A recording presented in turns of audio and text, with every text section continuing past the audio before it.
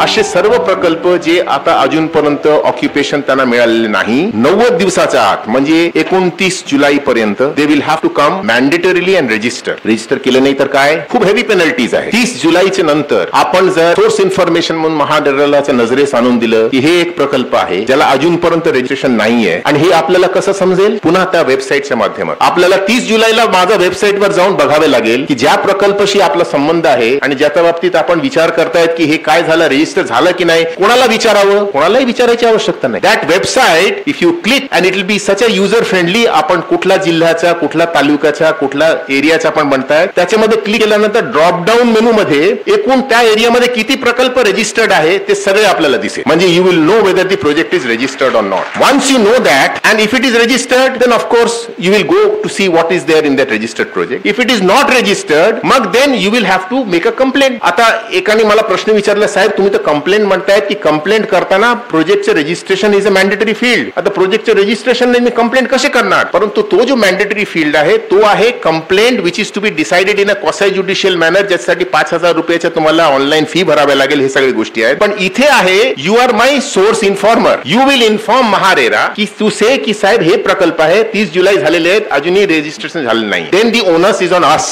I don't charge you 5,000 for that to inform me. Now that information when it comes to Maharera, then Maharera starts its job to call him, penalize him up to 10% of the project cost can be the penalty that can be imposed on him, which I think is so severe that no one dare to actually say कि नहीं देख लेंगे नहीं होगा registration क्या होगा कौन क्या कर सकता है. तो ये जरा आप भी अपने डेवलपर को जाके बताएं जरूर कि नहीं इतना ये मत लो भाई संभल जाओ 30 तारीख से पहले जो अपना रजिस्ट्रेशन करवा लो. रजिस्ट्रेशन तो करवा लो फिर आगे का जो है धीरे धीरे हम करेंगे. So this provision I think it's going to bring a revolution. It's absolutely a paradigm shift in this sector. I don't think there is any other provision or any other act which in fact has brought in this sort of a provision and has used the IT platform in such a manner. He is actually empowering the people. This is actually a process of empowerment of this is what I feel this act has done. जहां भी आप register नहीं करोगे वहां 10% की penalty है किसी भी बिल्डर को. अभी आप देख रहे होंगे कि जहां एडवर्टाइज अभी आते हैं अभी एडवर्टाइज करने को हमने बंद नहीं किया क्योंकि हमने डेट दी है एक विंडो दी है 3 महीने की अप टू 31st July